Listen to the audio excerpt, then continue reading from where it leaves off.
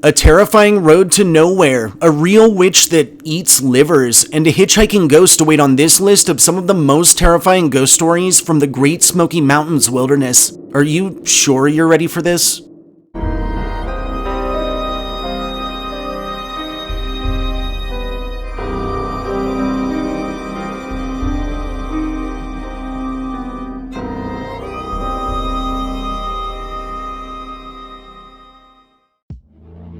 Hey guys, and thanks for joining me on this exploration into the heart of the Great Smoky Mountains National Park and its many ghost stories. Now, unlike your local city park, this expanse is so massive that someone can wander for days or even weeks without reaching civilization, and its many roads, trails, graveyards, and abandoned buildings have given rise to a number of chilling urban legends and old hill folklore. Let's dive right in.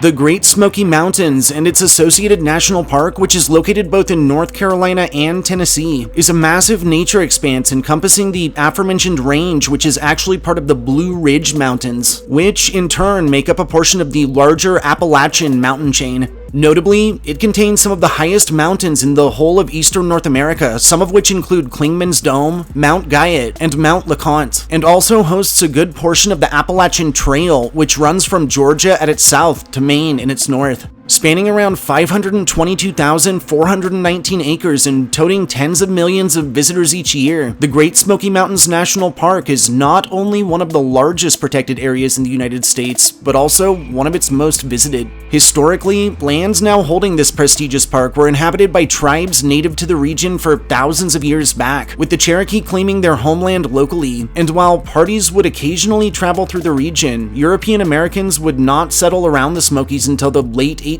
and early 19th centuries, namely due to the fact that they were preoccupied with control of lands in the South. Sadly, in 1830, US President Andrew Jackson would sign the Indian Removal Act, which would result in a bulk of native communities being forced off of their ancestral lands and into what was known then as Indian Territory, most of which was in Oklahoma. However, several tribes of Cherokee, such as those led by the great warrior Sali, and bands off of the Oconaluftee River would evade this removal, would claim lands in what are now park grounds, and would grow to be recognized as the Eastern Band of Cherokee Indians. In 1795, one John Mingus would construct the Mingus Mill, and along with Ralph Hughes would settle just off the Oconaluftee. In 1818, John Oliver and his family would act as the first white settlers to move into the ever-popular Cades Cove. By 1821, more families including the Jobs, the Gregorys, the Sparks, and the Cables would join Oliver, and in 1827, the Cades Cove Baptist Church was established. Coming as no surprise, as increasing numbers of white settlers arrived to the area, logging would be recognized as its major industry. Through the late 19th century, Colonel W.B. Townsend would construct the Little River Railroad locally as a means to transport timber, after which companies such as Ritter Lumber, Montvale Timber, Norwood Lumber, and Champion would begin to buy up land. By 1909, logging of the lands would hit a peak, and tragically, by 1920, around two-thirds of what now acts as the park had been either completely logged or burned to nothingness courtesy of careless exploitation.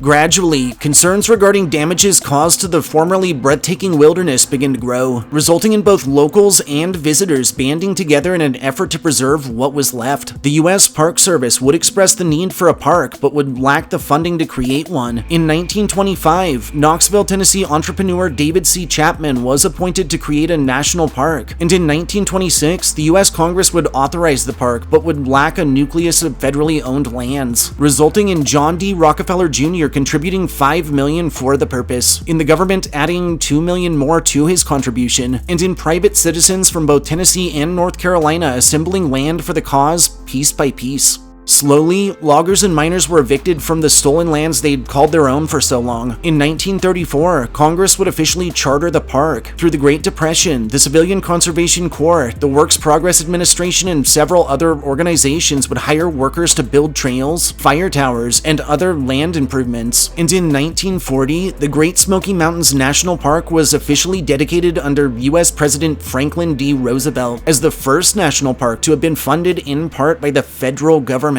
In 1976, the expanse was designated as an International Biosphere Reserve. In 1983, it would be named a UNESCO World Heritage Site, and in 1988, it would be accepted as part of the Southern Appalachian Biosphere Reserve. More recently, on September 2nd of 2009, a 75th anniversary and rededication ceremony was held. In 2015, Cassius Cash was appointed the first African-American superintendent of the park. In late November and early December of 2016, a series of wildfires would destroy nearly 18,000 acres and 2,000 structures, and in 2023, the USPS would feature a depiction of the park on one of their Priority Mail Express stamps. The Great Smoky Mountains National Park remains open to this day and offers a range of attractions, including a mess of trails, abandoned towns, natural wonders, the Dollywood theme park, Cades Cove, the Ober Mountain Adventure Park and Ski Area, the Ripley's Aquarium of the Smokies, and so much more. It remains popular amongst hikers, bikers, swimmers, hunters, anglers, nature enthusiasts, history buffs, and of course, dark tourists, cryptid seekers, and paranormal investigators. Chillingly, the Great Smoky Mountains and their near-infinite beauty have long been surrounded by an astounding and spine-tingling assortment of ghost stories, native tales, and eerie folklore, and those who have braved their bounds have reported a range of otherworldly phenomena, including phantom voices and chants heard through the trees, extreme cold patches felt even through the summer months, and disembodied footsteps detected following hiking parties. When the government began purchasing lands within the park, many of the residents of a town called Elkmont, which lies within the expanse, refused to leave, resulting in interested parties literally waiting for the associated families to die off, and in the community to become a ghost town. Those who have explored the remains of Elkmont have told of eerie music that floats on the winds, of doors and windows that open and close on their own, and of encounters with full-bodied apparitions in clothing from the site's glory days. Additionally, many have described instances in which they blink to find the town alive again, with its structure in perfect condition, with lights in windows, smoke in chimneys, and citizens going about tasks from their lives since past. A scene which, just as soon as they blink again, instantly reverts right back to its cold, dark, and ruined state.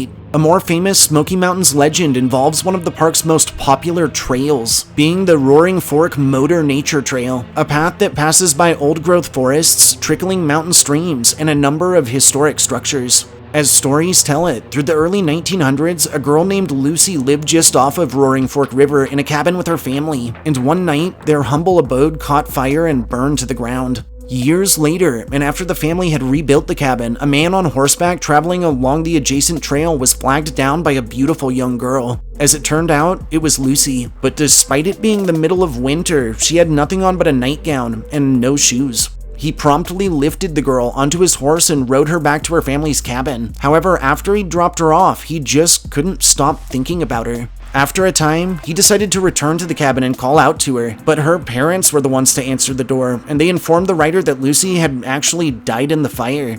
From this day and into the present, a number of people, namely those riding horses, bikes, ATVs, or other vehicles, have reported encounters with Lucy that paralleled the first rider's run-in so long ago, and it's believed that her soul is restless over having been taken so young and is just trying to find its way home. A multitude of investigations performed throughout the park have yielded chilling EVPs, orbs captured in photography or video, and extreme EMF fluctuations, even in areas devoid of any power sources. And many tell of encounters with odd spectral animals and with cryptids including Sasquatch, Wendigos, Skinwalkers, and the Wampus Cat, which is believed to be a woman from native lore who was cursed by tribal elders for intruding on a sacred ceremony, and that's often described as a giant cat with 6 legs that can be heard whining, usually right outside of campsites. Another supernatural landmark within the Great Smoky Mountains National Park is that of the Road to Nowhere. Predating the creation of Fontana Lake, hundreds of people lived along a road that's now drowned deep within its watery expanse. While the government promised to replace the road with a brand new one called Lakeview Drive, which was additionally intended to grant access to various local cemeteries as well, environmental and financial issues would cause construction of this byway to cease only 6 miles into the park.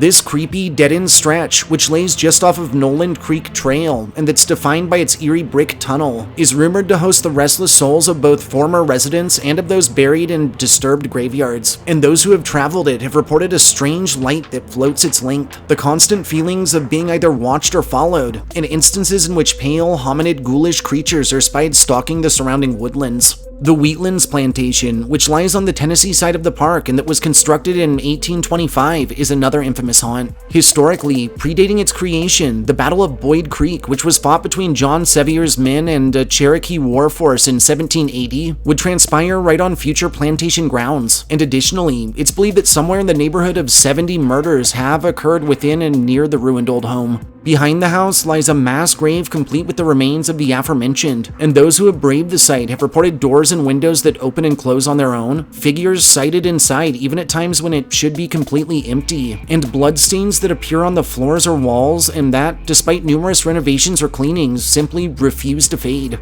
Notably, a number of native legends also dot the park's landscape. One tells of Atagahi, a secret or hidden lake that two young Cherokee, Utani and Nutani, once happened upon by accident. As it's told, this lake remains hidden to most human eyes and appears only as a dried up mud pit to any who aren't chosen to find it, and it's said that its waters are sacred to the animals of the region, a place where bear, fowl, and other species would go to heal their wounds and sickness. Another legend, and quite possibly the most disturbing of all, tells of Utlunta, or in English, Spearfinger. According to the Cherokee word, Spearfinger was a witch that lived around the Chiloé mountain that was described as a shapeshifter with skin as hard as stone that mimicked her victims' loved ones to draw them in, and that toted one long dagger-like finger that she used to cut the bellies of her unfortunate prey open so that she could eat their livers. To this day, it's believed old Spearfinger is out there somewhere, and a number of unexplained disappearances have been attributed to her presence. One more popular haunt to catch a bite at is undoubtedly the Greenbrier Restaurant in Gatlinburg, Tennessee. And while this stop may appear serene, and to be honest, it really is a nice place to grab one of their locally famous stuffed trout, braised lamb shank, or pan-roasted chickens, it's also surrounded by a rather ominous ghost story. As legend has it, before the restaurant existed, when the site was still being used as the Greenbrier Lodge, a young bride-to-be named Lydia and her husband stayed there a few nights. On her wedding day, Lydia donned her wedding dress and made her way into town to be married, but her husband never showed, and in some versions, it's told his body was found mauled by a mountain lion or possibly a wampus cat. Whatever the case, heartbroken, Lydia returned to the lodge where she chose to take her own life by way of hanging. To date, the restless spirit of Lydia has been known to cause trouble throughout the restaurant, knocking food off of shelves and tables and even pushing or scratching the unsuspecting. From time to time, her full-bodied apparition has been cited by staff, guests, and even owners, while her soft voice has been captured in EVP recordings. Lastly, the aforementioned popular and quite isolated valley, Cades Cove, is a mysterious expanse filled with abandoned woodland cabins, mills, churches, and graveyards, and each offer their own unique ghost stories. Near the primitive Baptist church, many have reported watching a spectral woman pass right through its wall. Throughout its astounding 14 separate cemeteries, visitors have documented orbs that flit about through the air, shadowy figures that stalk lone walkers, and strange whiffs of smoke or fog that float with seeming sentience. And across various cabins and homesteads, several have told of witnessing figures near, of watching lights through windows of abodes that should be empty, and of hearing disembodied voices, laughter, and even music. Possibly the most famous Cades Cove legend tells of Mavis and Basil Estep, a couple who lived locally when the community was still alive. As it's relayed, Mavis was born during a thunderstorm and lived in a constant fear that she would one day be stricken dead by lightning. Mavis was also a quilter, and one of her favorite pieces, which was fashioned out of Basil's old flannels, she called the cussing cover, due to the fact that a shirt used was worn during one of their first fights that was complete with swearing. Sadly, Mavis became quite ill, and when she knew she was destined to pass on, she gave Basil permission to remarry under two little conditions. The first being that he was never allowed to sell any of her creations, and the second, that he would never place her quilts on any metal beds. Following her death, Basil would remarry to one truly Jane, after which, and against his late wife's wishes, they would purchase what else but a metal bed. Basil would make the bed with Mavis's cussing cover, but mere hours after the bed was finished, and right as Basil had decided to take a nap, a bolt of lightning shot straight through the window, killing the man where he lay, while incredulously leaving the rest of their cabin completely untouched. With its fascinating history and ridiculous range of associated legends, superstitions, and bone-chilling ghost stories, the Great Smoky Mountains National Park stands as a breathtaking paradigm of nature, and also as a place where history buffs and supernatural enthusiasts alike can go to truly explore the past. For within its bounds, the strange and unknown seem a little less so, and the border between our world and the next falters, offering a glimpse into the terrifyingly spectacular realm of the beyond. Thanks for joining me on this adventure through some of the most haunted locations within the Great Smoky Mountains National Park. If you enjoyed listening to my histories and ghost stories, subscribe to my channel, throw this upload a like, and share me with anyone and everyone you think could use a good scare. I'll catch you all next time.